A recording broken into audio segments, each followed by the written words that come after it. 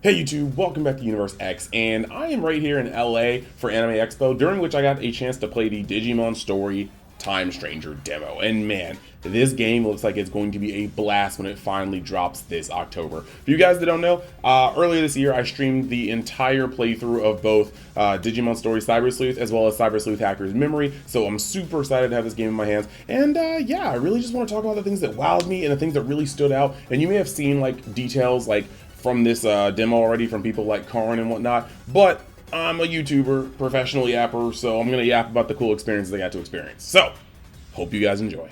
Now, the first thing I'm going to talk about is first and foremost, you can't get away from it. The game is beautiful. Like, the game is beautiful. It literally just takes what we had in both Cyber Sleuths and it just turns it up a notch to bring it to the next gen consoles. The environment, the shadows, the models, they are all so good. But going through here, the first thing I noticed, because you're in like a Digimon town, the first thing I noticed is how much more alive it felt. In Cyber Sleuth and Hacker's Memory, you could just kind of walk through places, but you never really went anywhere. And if you had to click on a door, you really just stayed outside of the door and like got a text box, or sometimes if it was like a save hub or something, or a specific place you had to traverse, you would go inside. But that's not the case here in Time Stranger. Like, you can have me literally going inside somebody's house and inspecting every single thing they own, from their diary to their potted plants to literally liquor on it that says, hey, no kids should drink this. That's crazy to me. I went inside of a house and I found a Digimon hiding out in a fridge. Why could I even open his fridge? I don't care. It's amazing. It's immersive.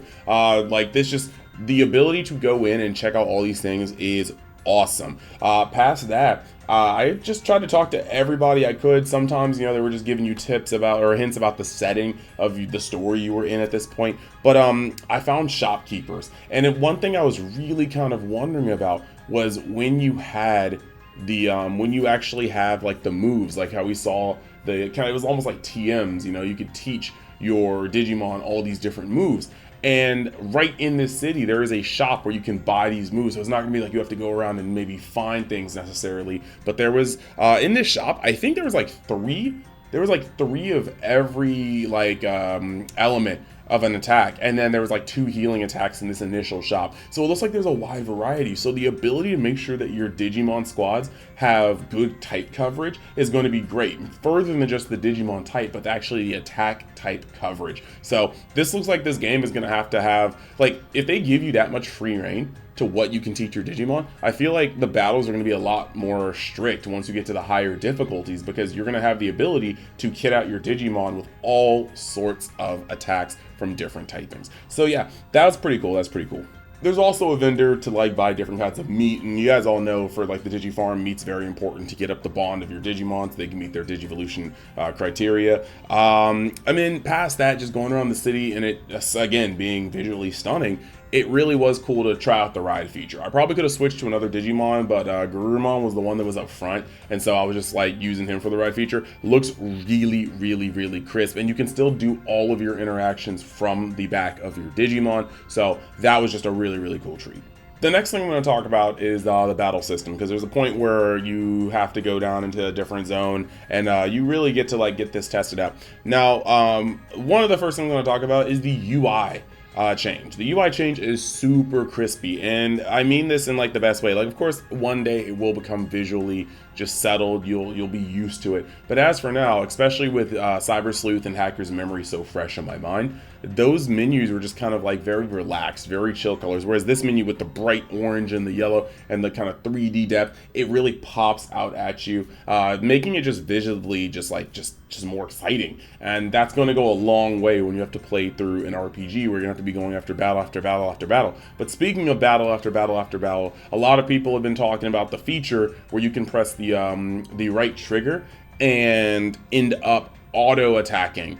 Like the Digimon with the lead, I think it's either lead Digimon, maybe it's type effective, will come over and just smite the Digimon on the overmap, because in this game there will be Digimon on the overmap, not just like a random, you're walking, the screen flashes and you're into a battle. So this is really cool, and the cool part about that is you're either going to deal damage to one of the Digimon that was on the overmap, and then the battle's going to start, or you're going to just straight up knock out that Digimon and the battle will start with the rest of the Digimon. Or if your team over levels them completely, you're just going to one-shot the entire encounter. It's going to show you have all of the experience and whatever dropped from that Digimon, and you're going to keep it moving. This is such a revolutionary feature because you're going to be able to just go through so many fights and passively gain experience. It's going to make farming easier than it ever has been before, and I 100% think that this is just the way. This is I'm going to feel weird playing other JRPGs when I don't see this feature, and I just know that like I gotta slog through so much stuff. So this is a really good treat.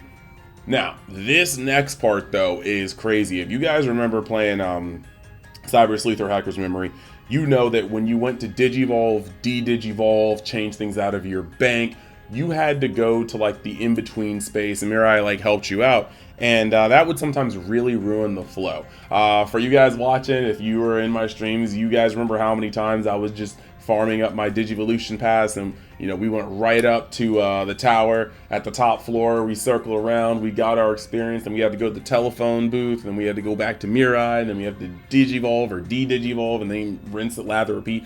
No, in this game, you can just open up your Digivice and Digivolve, de-Digivolve, take people out of your box into your party or your standby, and this cannot be any more crucial. I think this is like honestly one of the best quality of life changes in the entire game so far, because that really just broke the immersion. It really broke you out of rhythm, and it made it more of a pain than it needed to be. If you're in a grind flow and you just want to level up your Digimon and just like have it go, it was just so much easier when you didn't have to just back and forth it. And this time you can just do everything in one spot. So mwah, absolute peak. Now the cool thing here too though is that the Digivolution scenes look pretty good. I think on screen right now I'm actually just showing Patamon Digivolve into Angemon, and right here like it's clean. It literally is clean. Look at his character model. Bro was out here shining. And then you get like the little like change in the menu and whatnot. It's amazing.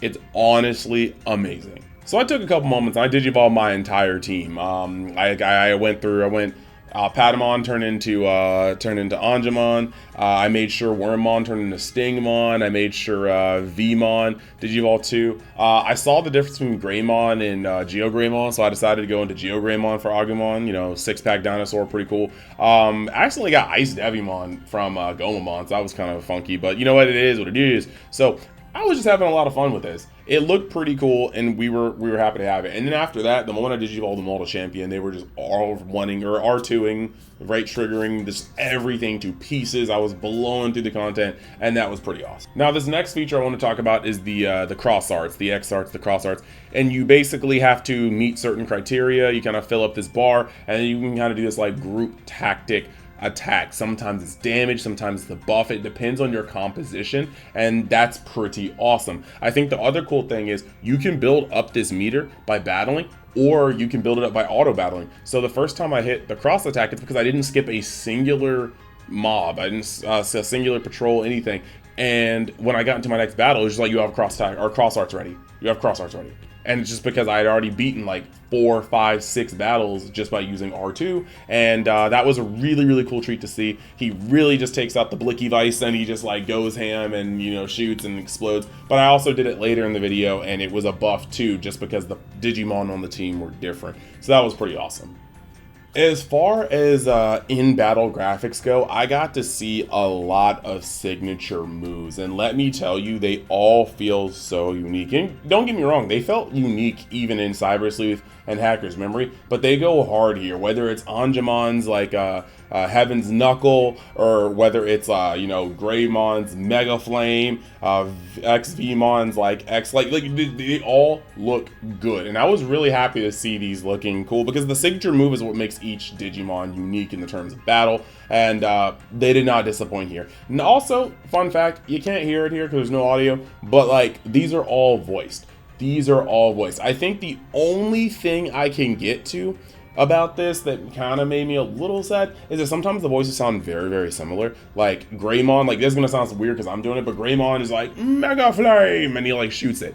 But then like Angemon's like Angelic Knuckle.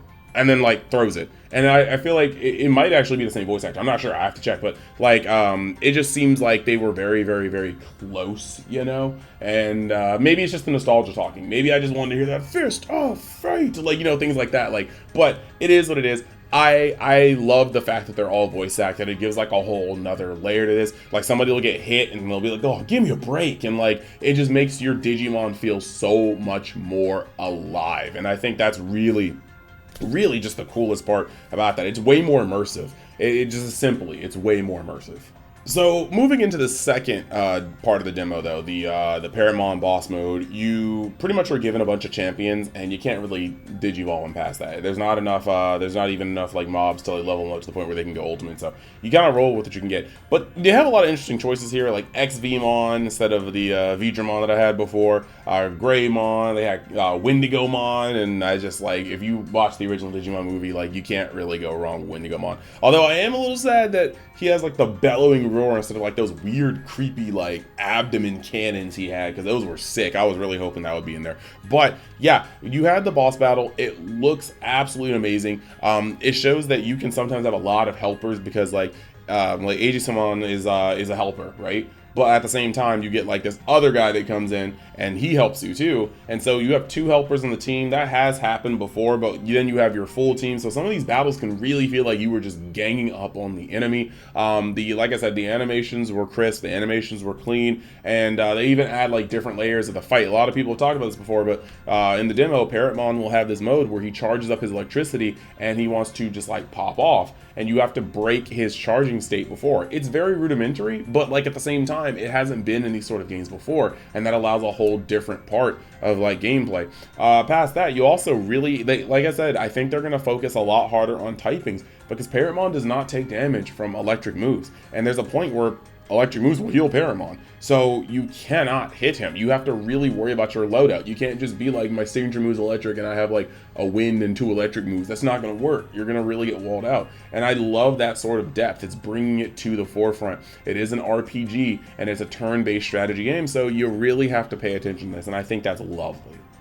So like in here, I got a chance to do the cross arts, and I was saving it to like finish off the boss, but I didn't realize that my team composition would turn my cross arts into a buff. So it didn't do what I thought it was gonna do, but it actually still was pretty cool. Still buff my squad, still heal my squad, so that was awesome. The helper Digimon you get here, his signature move goes hard, like it goes hard. So I thought like it was honestly just pretty amazing all around. Very, very good, solid work. And then yeah, like I found like the MVPs here were just Angemon with the Saint Knuckle, or with the Heaven's Knuckle, and then Greymon with the Mega Flame. Those were doing damage. And something that's kind of cool is that they have these like things where if a move hits multiple times, they'll have like, you know, well, when the move hits, it'll be like great or excellent or weak, and then so like then it kind of vibrates the controller. So if you hit like 5 times, it'll be like bam, bam, bam, bam, bam, and if you hit like good damage, it'll be like great, great, great, great. And it really like it's small, but it adds impact, and it really feels nice. I thought the demo was smooth. The demo was smooth. It gave you a little bit of everything. Like here's some battle, here's some roaming, here's some world building, here's a boss battle, here's some Digivolutions. Like you could do so much. Like in fact, I may play it again tomorrow. I won't even hold you. I think I'm gonna play it again tomorrow, because it literally was that good.